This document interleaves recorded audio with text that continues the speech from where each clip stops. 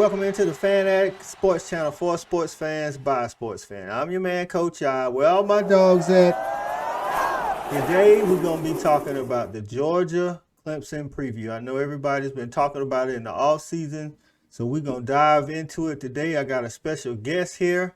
Special guest, his name is Austin Blake. He is the man on Twitter behind Clutch Sports Network and also a part of the Everyday Fan Sports Podcast. This guy's got it going on. He knows a lot about Clemson football. He's a diehard Clemson fan and all-around sports fan. We're going to bring Austin on in so he can tell us a little bit about what he does, and then we're going to dive into the preview. We promote content from the school to the conference, looking to go professional. Everyday fans who are passionate about their teams, to create a sports account for their favorite school, the opportunity to write articles, and we're hoping to get media credentials eventually as well. The main thing that we're about is interacting with the average day fan. You look at ESPN, they don't interact with the average day fan. So at Clutch Sports, we're all about interacting with fans, making all the opinions known. We can take criticism. We've had a lot of it early.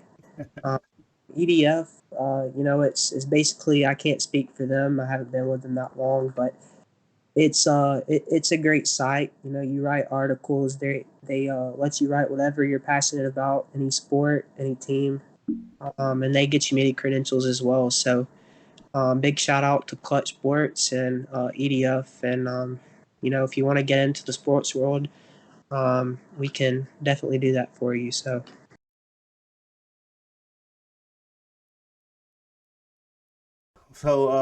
leading up to Labor Day, man, we got a good weekend coming up here. Clemson, Georgia, of course, is the headline, but you got Alabama, Miami, you got Notre Dame, Florida State, you got Ole Miss, Louisville, and then those are the four that I'm gonna be focused on. But there's a lot of other games like starting Thursday, you got Ohio State and Minnesota, UCF and Boise, Texas, Louisiana, and then rolling into the weekend, you got Penn State, Wisconsin, LSU, UCLA, Virginia Tech, North Carolina, and on Sunday, Coach Prime will make his debut in the real college football season at Jackson State against Florida A&M. So, what game outside of our game are you looking most forward to?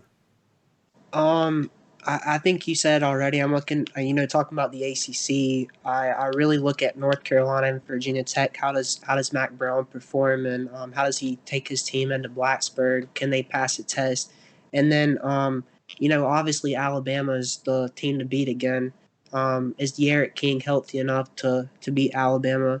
I think those two games are pretty good, but the most underrated game that I'd look at is Indiana and Iowa, and then Louisiana and Texas. I think that Louisiana could possibly knock off Texas, so I think that's a big game to watch. I'm thinking the same thing because Louisiana returned almost everybody they had. You got Steve Sarkisian in his first year, and a lot of times you got first year moving pieces. They don't really have a dominant quarterback. They do have Bijan Robinson, so if Louisiana can't stop the run, it may be a long day for them. But I'm with you. I think Louisiana's gonna. I ain't gonna say shock the world because I think a lot of people think they can go into that game and beat them.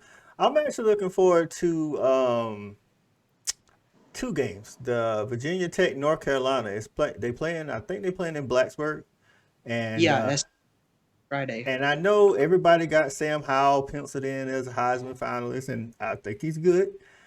I'm just saying it ain't easy playing in Blacksburg at night. That's all I'm saying. I'm not saying they're gonna win. I'm just saying I think it's gonna be a better game than people think because I think Virginia Tech returns like 15 starters as well. So that game and then Sunday the Notre Dame Florida State game. Like, is Mackenzie Milton fully healthy? You know, and they playing at Florida State. So are they? I mean, are they gonna even show up? I mean, the past couple of years Florida State hadn't looked good, but I got a Florida State fan that really close to, and he's high on Mike Norvell. So we'll see what they can do Yeah. that Saturday. So I mean that Sunday. So Yeah. I'm looking forward to all of that. I went and got some numbers for the Clemson and Georgia game, some stat numbers here. All right, so we'll start on the defensive side because both teams look to return a lot of people on defense. Clemson is said to probably have the best defensive line in the country, or one of them, and Georgia is expected to be right there with them. If we're talking about last year's rankings, Clemson's pass defense was ranked 41st. The rush defense was 15th, and the overall defense was 15th, which is, I mean, you gotta. I think they say you gotta have a top 25 defense if you want to win, no matter how the offense looks. Yeah. How are you feeling about Clemson's defense coming into the year? I feel great about it. I've heard that this could be the best defensive line since 2018. We all know what happened in 2018. You got some upperclassmen who are going to be backing up, some good sophomores, some underclassmen. If I look at any weaknesses, I think it will be in the secondary. But overall, I think this defense and what Brent Venables is going to bring this year, I think it's going to be. I think it's going to be big. Okay. And on the opposite side, us dogs, we had the number one rush defense. Of course, we always have a good rush defense because that's what Kirby prides Yeah. himself on. Now, pass defense, that's another story. We was ranked number 88, and most of that was probably because of Florida and Alabama.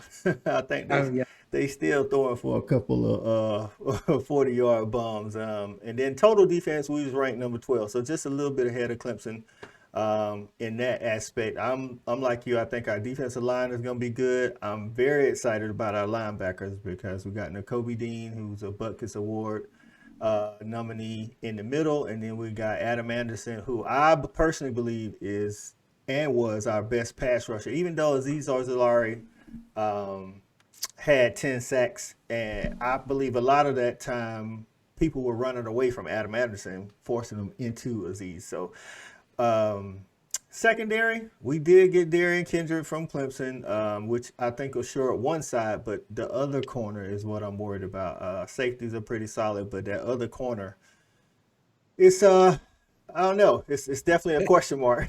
Let's just Yeah. say we have athletes back there, and of course, both teams have highly rated guys coming out of high school, but you don't know what they're gonna do until you actually get on the field. So that's the defensive side of the ball. So now on the offensive side of the ball, we'll start with Georgia.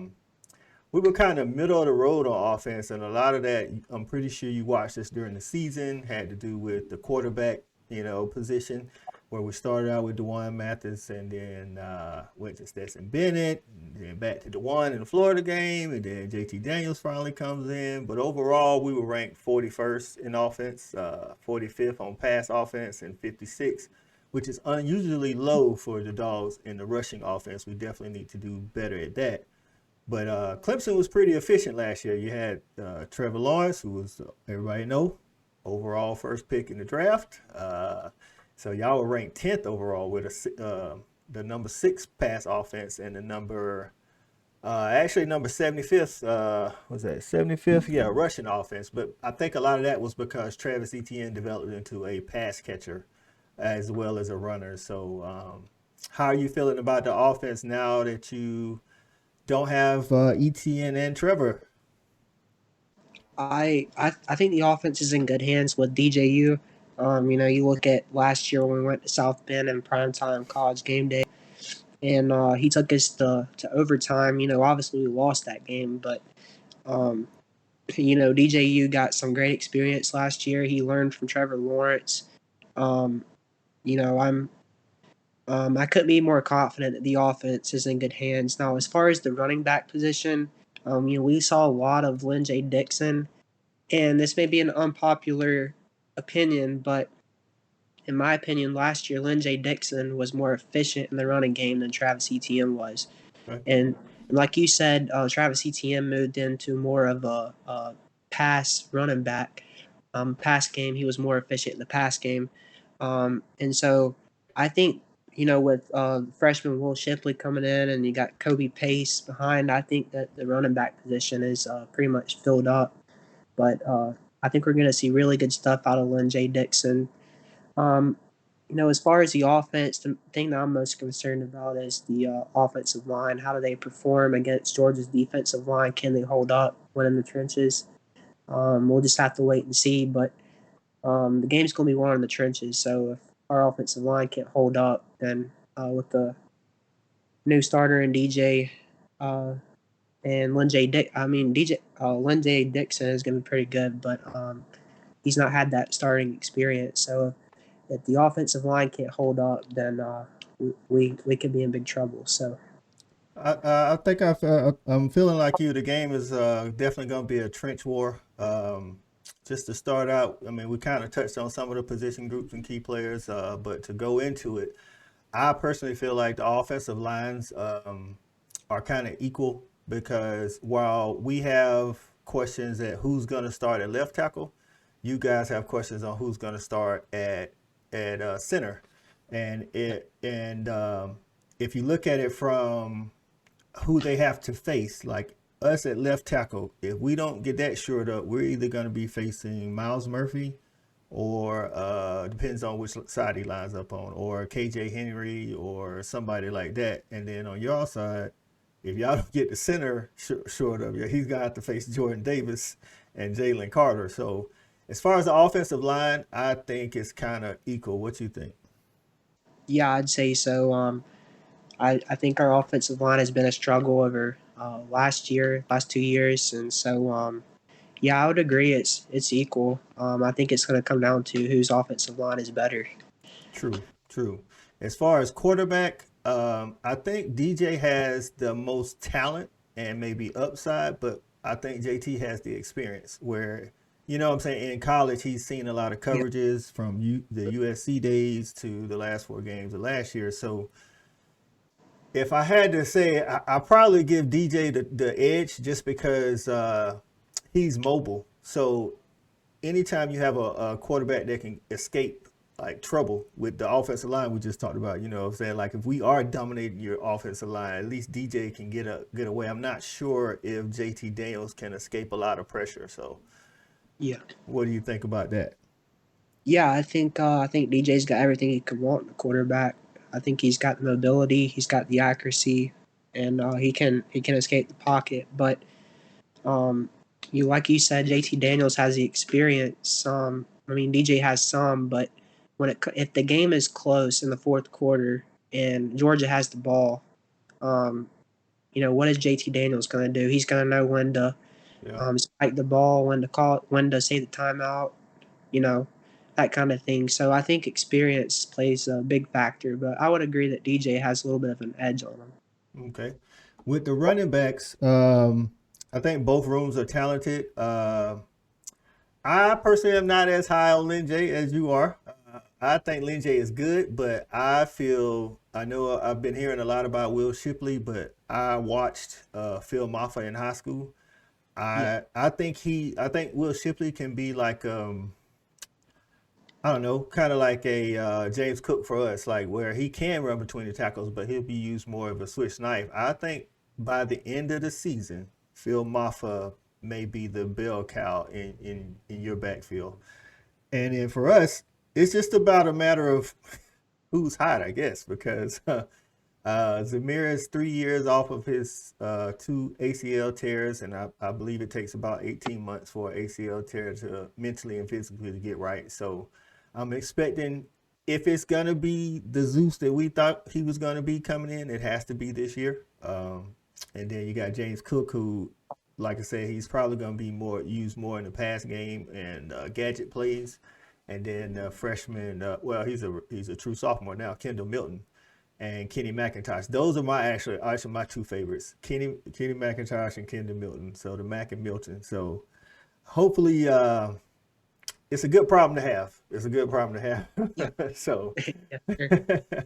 how you feeling about the freshmen back there in your backfield? Oh, I think to be honest, I think Shipley's going to be the man by next year. Okay. If he doesn't get the job this year, I think he's the man next year. So, I've seen his highlights. I mean, he's everything you could want. I've seen people comparing with CJ Spiller. So Yeah. you know, look like a little bit like Christian McCaffrey a little bit too. So I was about to uh, say C.J. Spiller, Christian McCaffrey, the yeah, pass catching, but still can run between the tackles type back. So oh yeah, I think, like I said, again, both backfields filled with talent. I would, because we've had more on field production, I will give the edge in the backfield to Georgia. yeah. I can agree with that. I can agree with that. So we move out to the pass catchers, the wide receivers, and the tight ends. Just off rip because Justin Ross has been cleared. Now we don't know if he's going to be the Justin Ross of 2 years ago, which we expect him to be, and if he is, just because y'all have Justin Ross, and we just recently found that Eric Gilbert is dealing with some personal issues or something, and he's not with the team. I would have to say, as far as wide receivers are concerned, I would get an edge to Clemson. Although I feel like we may be deeper with on-field production. You see what I'm saying? Like Yeah, y'all have Ngata, y'all have Latson, but they haven't been healthy. EJ Williams, I actually feel like is better than both of those guys. But at Georgia, we had Jermaine Burton and Kyrus Jackson, who both went over 400 and 500 yards respectively last year. So on field production, I feel like we got the edge, but upside maybe outside of Jermaine Burton. We got some guys that didn't get a lot of playing time last year that are expected big things. Arian Smith, I don't know how close you follow, but he tried out for the Olympics. He qualified for the finals in 100. He runs like a 10-1, so I'm pretty sure Georgia's going to try to use that speed. And yeah. then Marcus Rosemary Jack Saint, who got hurt in the Florida game right after he scored a touchdown. So I would say that I give the edge to Clemson because you guys have done it in the past. We've had wide receivers, but we haven't really utilized the wide receivers like we need to. But Clemson actually has used wide receivers. So, how are you feeling about the pass catchers? Oh yeah. As a Clemson fan, last year made to the playoffs, didn't have Justin Ross. You said Ngata and Ladson, they weren't healthy last year either. And you talk about EJ Williams and Buju, as well as Yep. Phillips Collins and Dakari Collins from California. So one of those guys played with DJ in high school. So there's some of that chemistry there already. So True. as far as the passing game goes, I'm happy to see these guys back and healthy. I think this is going to be one of the best receiving cores that we've had in a while. So, um, you know, I'm looking forward to it. Okay. And then at tight end, I guess you guys got is it Brayton Galloway? And Yeah, then we have Darnell Washington, who, if we utilize, I don't think there is a linebacker or a safety that can play Darnell Washington. He's like 6'8", can still run and catch. So I think if we can use him, it'll be a big problem. yeah, sure. So let's move to the defensive side of the ball. Defensive side of the ball, I think we kind of touched on the defensive line already a little bit. We have Jordan Davis, who's anchoring that defensive line, backed up by Jalen Carter, Trayvon Walker at the end, and then Devontae Wyatt, who I think doesn't get enough press. Then we have a Nazir Stackhouse, a Warren Brinson. So we're pretty deep on the defensive line. Julian Rochester, who, oh man, that dude's been there. I think this is his 6th year with the COVID year. So, Yeah. and then talk about y'all defensive line and who you looking forward to seeing. Oh man, I'm looking forward to seeing Xavier Thomas back. That man didn't play much of last year, Okay. and you know, see how good Miles Murphy played in his freshman year and the COVID year. Miles Murphy and Brian Brissy and Tyler Davis. I want to see those guys fully healthy and playing on the line together. I think it's exciting. I say the player that I'm looking forward to the most is probably Miles Murphy, and just the height and how good he's gonna be, and only being a sophomore, I'm looking forward to seeing how good of a year he's gonna have, and playing Georgia in the first game of the season is definitely gonna be big. Definitely, definitely. And then behind those guys, we got the linebacking core. Um, I would say when it comes to pass rushing, and pass coverage, I would give that to the Georgia linebacking core. But when you talking about just straight tackling, outside of N'Kobe Dean, just I know a lot of Georgia fans don't want to hear it, but Quay Walker has a problem taking bad angles. And Channing Tindall can blitz, but he sometimes get lost in coverage when we're talking about pass coverage. And he can tackle as long as he gets to the right spot. Now Skowski on y'all side, I think Skowski is kind of like he reminds me of the guy that y'all had in 2016, Ben Bulwell. Yeah. Yeah. That guy, like he's not like he's not as athletic as all linebackers are, but he's a leader, and you could definitely tell in that Ohio State game once he got the targeting penalty, it's like what I'm saying. Yeah. It's kind of like the defense was a little bit deflated. Yeah. So what are you Oh, thinking about like his help? Like I think you guys got Trenton Simpson. I know I think Venable's son plays back there, right? yeah. He's actually behind Skalski. Um, we got Spectre. Uh, Okay. we got Spectre.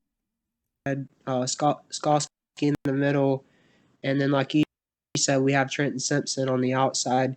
Turner Skalski is probably the main headline, Mm-hmm. but I think Spectre is probably one of the most underrated outside linebackers in college football as well. Okay.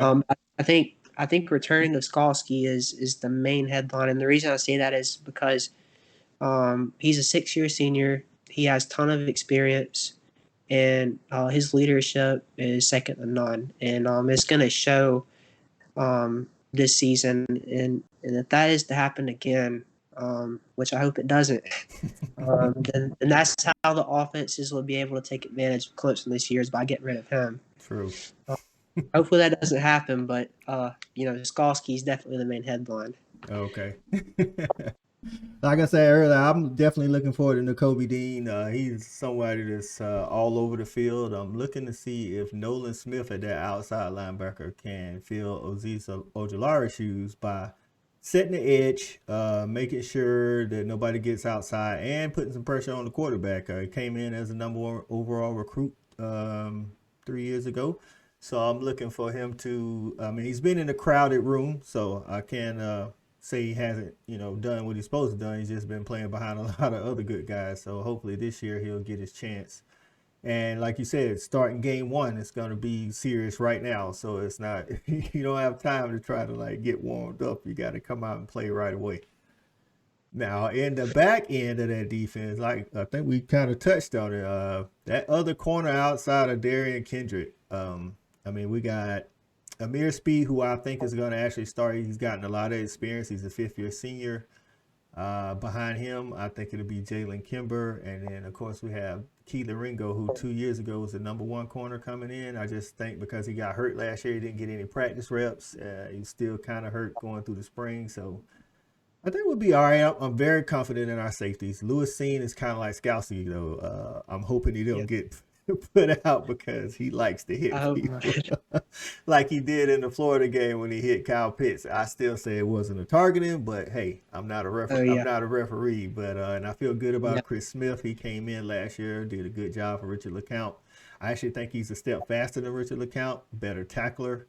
I don't know about a better playmaker though, because Richard LeCount does take a lot of gambles, but a lot of them pay off. Like I saw yesterday, he had an interception for the Cleveland Browns, so yeah. when they was playing against Jacksonville. So Oh yeah, what outside of I know you guys got Andrew Booth. Well, I'm definitely a big fan of Andrew Booth. Um, yeah. what about the other corner? I know, like I say, y'all lost Darren Kendrick, and then I don't think Fred Davis will be able to play first game. We have you said Trey Davis may not be able to play the first game. Maybe I know he got the speeding ticket, and he hit somebody. And Dabo's handling it in house. He may be able to play first game, but I just knowing the kind of guy Dabo is, I don't think he'll play first game. Yeah. I think that's one of our problems. What it's going to be is because of that position. But other than Fred Davis at that spot on the other side, we have Malcolm Green and Sheridan Jones. So, and both Sheridan Jones is a junior and Malcolm Green is a sophomore, but really not much experience there. Yeah. As far as big games like that. So that could be a big problem. I'm a little bit optimistic about that. What about the safeties? How you feeling about, was it Nolan Turner? I think you got back Yeah. there, and Landon Sanders. Are Oh you yeah. now? I got a friend. I told you I got a friend who's a Clemson fan. He's not a big fan of either of those safeties. I personally like Nolan Turner and his story about his dad, how he played with Dabo, and him coming to Clemson, and him coming back for another year as well. But we got R.J. Mickens and Andrew Makuba True. behind Xanders, and both of those guys were highly rated safeties coming out of high school. And even Tyler Venables, who is the son of Brent Venables. So I think we're good as far as starters go. Okay. But if you go beyond that, I think we're a little bit inexperienced as well. Okay. So, needless to say, on both sides of the ball, for both teams, I think it's going to be a lot of NFL talent out there. I think it's Yep. going to definitely be a good game, and it can't get here fast enough just to let you know. I'm so ready for college football. It's not even funny.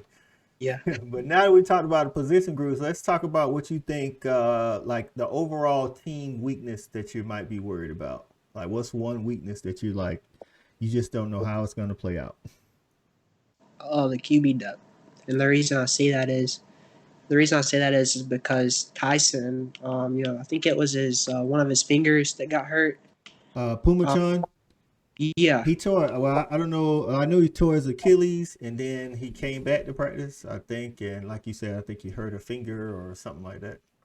yeah. And then you got Hunter Helms behind him. So, this year you don't have a Chase Bryce or a DJ or a Kelly Bryant behind, your Deshaun Watson or Trevor Lawrence. True. Um, so DJ's got to stay healthy. So beyond DJ, I'm a little bit worried. So I'd say the QB depth is one weakness for sure. Okay, for Georgia, weakness I am ready to see is Kirby willing to let the offense be the offense and play a more modern style offense. Like we named a whole bunch of weapons, like the Darnell Washington, Kyrus Jackson, Jermaine Burton, Marcus Rosemary, Jack Saint, all these wide receivers, all these running backs. Is he gonna let Todd Monken do what Todd Monken has been paid to do? Yeah, Because we've seen in the past where we've had Alabama, by 14, and then he goes conservative on us, and that's my main worry, especially in a game like against Clemson, because it's like he's a defensive guy, so he's always like, let's not take a chance. Let's just be safe, like type deal. And yeah, that worries me because if we get down to Clemson, we can't get down 2 touchdowns and then try to play ball. It's like we got to come yeah, out and be willing to throw the ball on early downs and things like that. But that's been a weakness up until this point, and I think that's gonna be a telltale sign on how Georgia performs against Clemson. So, yeah. so where coming into the season you see your advantages for the team? Uh, I'd see the linebacker position. Obviously, the leaders. Many people don't have a guy that just steps into the role like DJU is, and then the running back position because it's so loaded with talent back there. If you have one guy that's not performing, you can put another guy in and see how that goes. You got 3 or 4 guys back there that can run the ball pretty good. So I'd say DJU, the running back position, and the linebacker position because you're gonna have a lot of leadership at those positions. Okay, I think our advantage is not what most Georgia fans may think with the offense, because, like I say, now if I knew Kirby was going to be free with the offense, I'd say it was the offense. But I actually think it's the defensive line and the linebackers, because I think we're going to put more pressure on opponents more than we have in the past couple of years, because we have so many people that can actually get to the quarterback. We got Adam Anderson who runs, dude runs like a 4.4 at 6'5". Got Channing Tindall and Quay Walker, who are both great inside linebacker blitzers. We got Jordan Davis, who's a monster in the middle, and Trayvon Walker, who this dude's like 6'4", 250 something, and he runs down on kickoff and everything else. So I think that's an advantage for us going into the season. All right, so We know we won't really do a prediction until the end. Then we'll get what you feel. But what do you think this game means to Clemson? I honestly think that this is this is the biggest game of the season for us. We may have North Carolina in the ACC championship. That's not a turn. That's not set in stone. We got South Carolina.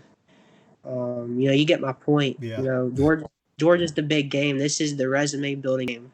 I saw people that say that you don't need to win this game, but truthfully and honestly, if you lose this game, it's not for sure that you're going to get in, especially if you're Clemson, because playing in the ACC. So I think we need to win this game. I think it's very important to us, and I think it's the most. I know what Dabo says is play every game like it's the biggest game of the season, but truthfully and honestly, I think that Georgia's the biggest game of the season. That's what it means as a Clemson fan. as a Georgia fan, this game, I think you're right. I think if we lose the game, whether it's whether it's fair or not, because we play in the SEC, if we run the table, then I think we're in.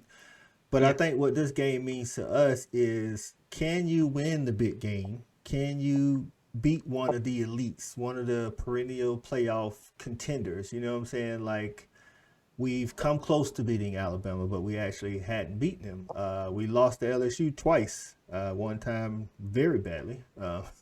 I mean, we beat the Notre Dames, but I'll be honest with you, man. I think Notre Dame, I think Brian Kelly can coach, but sometimes I think they're overhyped, to be honest with you. yeah, yeah, So I think that's what the game means for Georgia. It's like, are we there? Are we ready to get over the hump? Because I feel like if we can beat Clemson, or even if we can play to the close to the end where it's a back and forth game and we lose by a field goal or something, I think we're ready to turn that corner and actually beat Bama and win the SEC championship, get back to the playoffs, and have a shot at the Natty. So I think it means a lot for Georgia as well. Like, I don't think it's if we lose we can't get in, but I definitely think it's yeah, better to win the game, because then you have a little leeway. Because if we beat Clemson and lose yeah, to I don't know, Florida. Oh God, I don't even like saying that. I think we still will be okay as long as we win the SEC East and get into the championship, SEC championship. So yeah. I think on what you said is, if you lose, you can't run the table anymore. So the winner is able to run the table. And for Georgia, I think if you win, it's a program building win. So I think yes, it means a lot on that side. But on the Clemson side, it means a lot because I think the ACC is very disrespected in the eyes of the college football playoff committee. oh, And a loss, true, they won't be able to run the table. So it's big on both sides. for different We'll, reasons. Yeah. yeah, All different right, reasons. all right. So we at the end, man. You gotta give us your prediction. How's the game gonna go, and what you think the final score may be? I'll be honest. I don't really know how to predict it now, but if I'm looking at it now, I'd say that we'll see a big defensive first half, and we'll see the offenses show up down the stretch. Um, I think we'll see DJ step up in a big way and pull away with a 35-28 win in the last second. So I think Clemson takes a touchdown win. All right, I kind of see something similar. I think the defenses will start out in the first quarter with the advantage over the offenses, just because I think coming into camp it's easier for defenses to get used to Yeah, the plays as opposed to the offenses. I think we'll see a high scoring game though after each offense gets used to the other defense. That's yeah. just the name of the game now. And I think it'll be a back and forth, but I got the dogs winning 38-35. So that's what 2013. 38-35 on a jackpot Leslie field goal. So I appreciate you joining us in the fan edit today, Austin, and doing a preview Thank you. with us. Y'all go check him out. This guy is only 19 years old. He just recently started the Clutch Sports Network on Twitter, and he's already got over 1,300 followers. So if you on Twitter, it is at Clutch underscore S as in Sam, N as in Nancy. That is at Clutch underscore S as in Sam, N as in Nancy, and then you got the EDF Sports, which is the Everyday Fan Sports, which is at the Everyday Fan and the number 2. So get at Austin on Twitter if you are an everyday fan and just want to talk some sports. So anytime you want to come on, Austin, just reach out, man. And I love talking football, especially with the Clemson, especially with sensible Clemson fans. Oh yes, sir. I'll have to come on after the game. That we'll have to do that. We'll have to do that. Matter of fact, we'll set that up. Me and Austin will come back after. We'll probably do it on the day after Labor Day. So we'll do it on like September the 7th, and we'll give our reviews and what we were happy about, not happy about, and the outcome. For everybody out there in YouTube land, don't forget to comment, like, and subscribe.